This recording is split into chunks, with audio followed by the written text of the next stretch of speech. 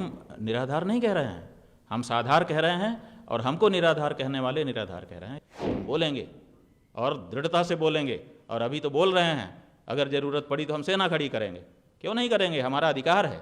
अपने देश में ठगी भी एक धंधा है, खूब होता है, लेकिन यहाँ आदमी ने जा करके, मनुष्य ने जा करके केदारनाथ भगवान को ठग लिया। देखिए, हम सांप की बिल में जा करके सांप को नहीं भगाते हैं, डंडा नहीं फटकारते हैं, लेकिन जब हमारे घर में कमरे में दिखने लग जाए तब डंडा फटकारेंगे कि नहीं कि भाई यहाँ से जाओ। तो राजनीति से हमारा क्या लेना देना। लेकिन जब राजनीति हमारे मंदिर में घुस गई, राजनीति हमारे मठ में घुस गई, राजनीति हमारे जीवन में घुस गई, हमारे धार्मिक जीवन में, तो हम बोले भी ना। वो कहते हैं 22.8, उसको 228 किलो बोला जा रहा है। पहले तो आपने 230 किलो बताया, अब आप कह रहे हैं कि 22.8, तो 18 कच्चर में लाद के क्यों ले जा रहे थे, और ट्रक में लेकर के उसको सुरक्षा में क्यों आ रहे थे। ट्रक में तो हम मान लेते हैं कि ट्रक में रखा होगा, आपने उसमें पुलिस बैठाई होगी, सुरक्षा आदि कारण रहे होंगे, 2-3 तरफ से जकड़ लिया होगा, लेकिन 18 खच्चर में क्यों लेके गए, इसका जवाब बताइए। और पुलिस क्यों इतने दिन तक लगाई, और उसके पीछे जो खर्चा किया गया उसका क्या है, एक।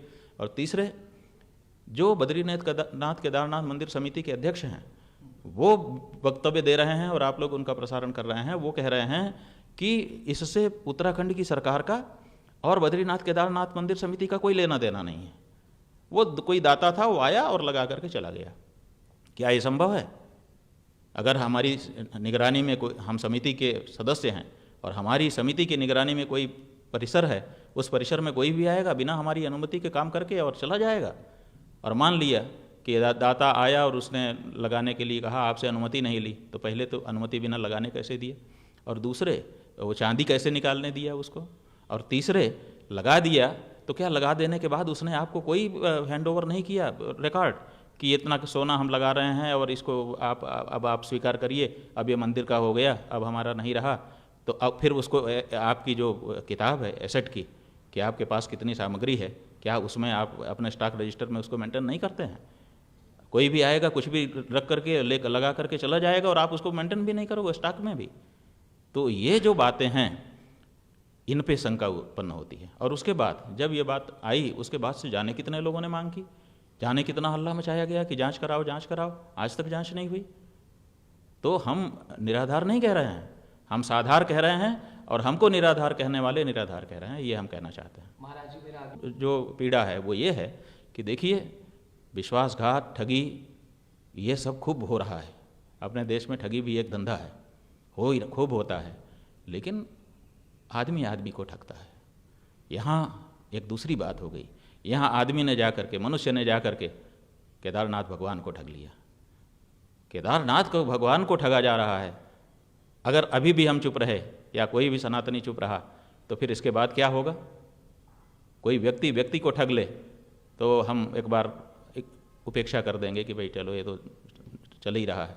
लेकिन यहाँ एक व्यक्ति, एक संस्था भगवान केदारनाथ को ठग रही है। तो अब भगवान को जब ठगा जाने लगेगा तो क्या भगवान के पुजारी बोलेंगे नहीं? और हम शंकराचार्य हैं, हमारा धार्मिक क्षेत्र में दायित्व तो बनता है। पहली बात ये। और दूसरी बात आपने कही कि आप राजनीतिज्ञों की तरह बोल रहे हैं, तो हमारा ये कहना है, केदारनाथ के बारे में हम बोल रहे हैं। केदारनाथ भारत की संसद है कि उत्तराखंड की विधानसभा है? हम भारत की संसद के बारे में बोल रहे होते, उत्तराखंड की विधानसभा के बारे में बोल रहे होते, तब आप हमारे ऊपर आरोप लगा सकते थे कि आप राजनीति बोल रहे हो। हम केदारनाथ मंदिर के बारे में बोल रहे हैं, वहाँ के विराजमान देवता के बारे में बोल रहे हैं, उनके साथ हुई ठगी के बारे में बोल रहे हैं, दुष्प्रचार के बारे में बोल रहे हैं, घोटाले के बारे में बोल रहे हैं। और उसके बाद आप कहते हो कि हम राजनीति कर रहे हैं। क्या राजनीति है इसमें? बताओ, कौन सी राजनीति है? हमने किसी राजनीतिज्ञ का नाम लिया? अगर लिया तब भी आप कहो कि भाई आपने राजनीतिज्ञ का नाम लिया इसलिए राजनीति आ गई। हमने विधानसभा, लोकसभा के बारे में कुछ बात की, हमने संविधान के बारे में बात की। हम तो कह रहे हैं सोना जो भगवान को अर्पित हुआ था, हम तो कह रहे हैं केदारनाथ, हम तो कह रहे हैं घोटाला, और ये तो जग जाहिर है, इसमें राजनीति कहाँ है? लेकिन फिर भी हमसे प्रश्न पूछा जाता है कि आप राजनीति कर रहे हैं। फिर वो व्यक्ति कहता है कि ये जो अभी मुक्तेश्वरानंद हैं, ये नेताओं से ज़्यादा प्रेस कॉन्फ्रेंस करते हैं। वो बताएं हमको कि हमने कब प्रेस कॉन्फ्रेंस की राजनीति के इसके बारे में। हमसे प्रश्न वालों ने आकर के पूछा, चलते रास्ते में खड़े थे सब घेर करके कि नहीं नहीं आपको बात करके जाना है आगे। हमने नहीं बुलाया था। कोई अखबार वाला, कोई चैनल वाला खड़े होकर के उनके साथ कहे या वो प्रस्तुत करें कि हमने किसी को बुलाया हो कि आओ हम केदारनाथ के बारे में बात करना चाहते हैं। कि लोग खड़े थे, घेर करके खड़े थे दरवाजे पर, और जब हम निकले तो उन्होंने कहा नहीं बात करनी पड़ेगी। मैंने अनुरोध किया, दबाव नहीं डाला लेकिन अनुरोध किया। तो हमने कहा ठीक है बोलो, आप क्या पूछना चाहते हो बोल दो। उन्होंने केदारनाथ के बारे में पूछा, हमने अपनी बात कही जो हमारे मन की पीड़ा थी। इसमें राजनीति कहाँ हो गई? और प्रेस कॉन्फ्रेंस हम कब कर रहे हैं? कौन सी सनसनी हम फैला रहे हैं? जो पहले ही आपके द्वारा प्रचारित है। जिस समय ये कहा जा रहा था कि मुंबई से ट्रक में सुरक्षा में सोना आ रहा है, उस समय बद्रीनाथ केदारनाथ मंदिर समिति का अध्यक्ष होने के नाते आपने खंडन क्यों नहीं किया कि नहीं नहीं ऐसी बात नहीं है?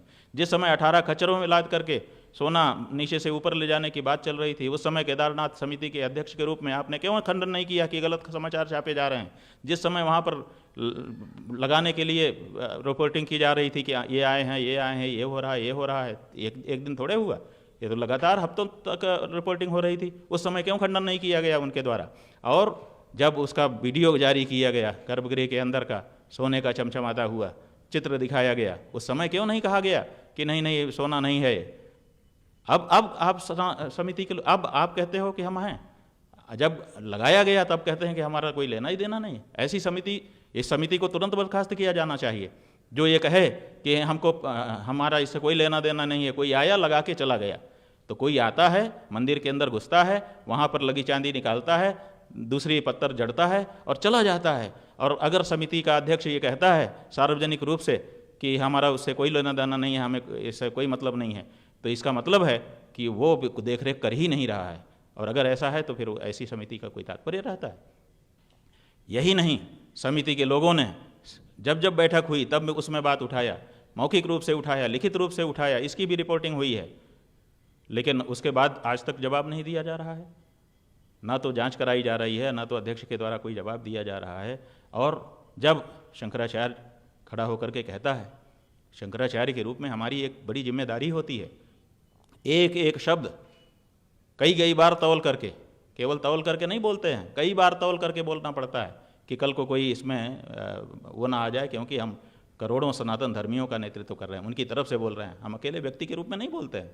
जब शंकराचार्य बोलता है तो अपने पूरे समाज की ओर से बोलता है, तो कल को कोई हमारी बात छोटी ना पड़ जाए, ये सोच करके हमको बोलना पड़ता है। और आप कहते हैं कि इनको राजनेता की तरफ से प्रेस कॉन्फ्रेंस कर रहे हैं। हमने कोई प्रेस कॉन्फ्रेंस नहीं की है, यहाँ तक कि इस समय अगर हम आपसे बात कर रहे हैं तो हमने आपको नहीं बुलाया है। आपने अनुरोध किया है, हमारे जो प्रेस मीडिया के प्रभारी हैं उनसे बार बार कि हमको मौका दिया जाए, हमने मौका आपको दिया है, क्योंकि हम जब आप बात करना चाहते हैं तो हम स्वागत करते हैं आपका।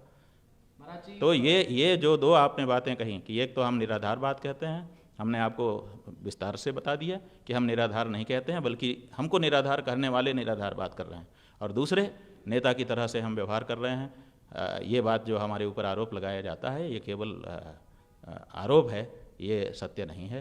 क्यों? क्योंकि हम प्रेस कॉन्फ्रेंस करते नहीं हैं, लेकिन अगर करनी भी पड़े तो सच की बात को उठाने के लिए हम करने को भी तैयार हैं, और जितनी बार करनी पड़े उतने के लिए भी तैयार हैं। राजनीति हमारा विषय नहीं है, इसलिए हम राजनीति में ज़्यादा नहीं बोलते हैं। हाँ, कभी कभी किसी राजनेता के बारे में कहीं हम बोले होंगे तो उसमें आप विश्लेषण करेंगे तो पाएंगे कि वो राजनेता या उसकी पार्टी कहीं ना कहीं धर्म में घुस रही थी। तो जहाँ धर्म में, देखिए हम सांप की बिल में जा कर के सांप को नहीं भगाते हैं, डंडा नहीं फटकारते हैं, लेकिन जब हमारे घर में कमरे में दिखने लग जाए तब डंडा फटकारेंगे कि नहीं कि भाई यहाँ से जाओ। तो उसी तरह से हम राजनीति से हमारा क्या लेना देना। लेकिन जब राजनीति हमारे मंदिर में घुस गई, राजनीति हमारे मठ में घुस गई, राजनीति हमारे जीवन में घुस गई, हमारे धार्मिक जीवन में, तो हम बोले भी ना। ऐसा नहीं हो सकता है। राजनेता जब जब हमारे धर्म स्थानों में या हमारे धार्मिक जीवन में, हमारी धार्मिक परंपराओं में हस्तक्षेप करने की कोशिश करेंगे, उसी के लिए हमको शंकराचार्य बनाया गया है। हम बोलेंगे और दृढ़ता से बोलेंगे, और अभी तो बोल रहे हैं, अगर ज़रूरत पड़ी तो हम सेना खड़ी करेंगे। क्यों नहीं करेंगे? हमारा अधिकार है, परंपरा है हमारी, धर्म रक्षा के लिए जो जरूरी हो सब करना हमारा अधिकार है, तो हम करेंगे। वो कह रहे हैं, अनुरोध करते हैं कि ये अगर इनके पास कोई प्रमाण है तो कोर्ट में जाएं, तो हमने उनके अनुरोध को स्वीकार किया है। आवश्यकता पड़ी तो हम कोर्ट में भी जाएंगे। Subscribe to Midday India. Get direct notifications on all our videos by clicking on the bell icon.